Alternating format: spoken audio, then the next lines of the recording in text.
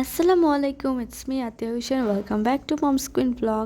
আজকের ব্লগটা নানা বাড়ি থেকেই শুরু করে দিলাম আমার দুইটা মামাতো বোনদের নিয়ে। দেখতেই পারছেন, একজন আছেন পড়ালেখা নিয়ে ব্যস্ত, আবার আরেকজন শুয়ে শুয়ে আছেন। আর আমার বেডরুমের কি একটা অবস্থা করছেন দেখুন তো। নানা বাড়ি আসলেই এটাই হচ্ছে আমার বেডরুম। এখানেই ম্যাক্সিমাম টাইম আমি আমার কাজিনদের নিয়ে পড়ে থাকি।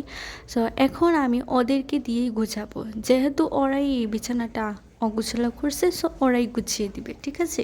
ফার্স্টেই ওদেরকে বলে দিচ্ছি যে ওর সব বইগুলা যাতে গুছিয়ে নেয়।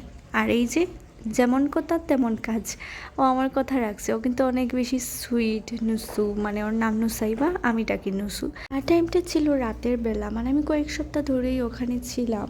সো ভাবলাম কেন না ব্লগ একটা করা যাক।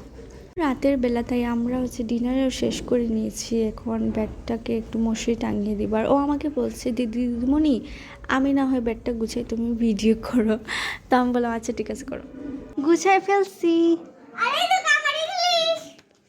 হ্যাঁ, তার হোমওয়ার্কও কমপ্লিট। বাট দেখো কি করছে, এখন মাত্র উঠে এই কাজটা করলো। এনিওয়েজ, সো এই মশারিটা এখন আমরা টাঙ্গাবো। সেবার একটা হ্যাবিট আমার খুবই ভালো লাগে, সে হচ্ছে পড়াতে অনেক বেশি মনোযোগী। নর্মালি বাচ্চাদেরকে পিটুনি দিয়েও পড়াতে বসানো যায় না, বাট ও অনেক বেশি কনসিয়াস। রাত 12টা হয়ে গিয়েছে, তারপরও সে বলছে যে না, আগে হোমওয়ার্ক কমপ্লিট করব তারপর ঘুমাবো।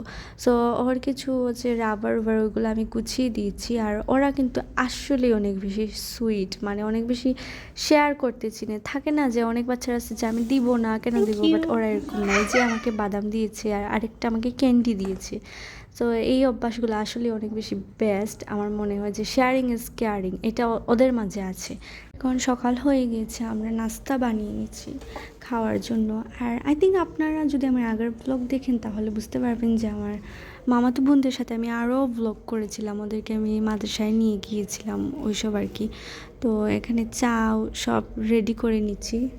মানে নানা বাড়ি গেলে আসলে আমি ওইভাবে করে কিছুই ব্লগ করতে পারি না, কেননা আমার নানা নানু মামা মামি ওদের সাথে গল্প করতে করতে, তারপর মামাতো বোনদের সাথে খেলাধুলা করতে করতেই সময় পার হয়ে যায়, যার কারণে ওইভাবে করে ফোনই হাতে নেওয়া হয় না।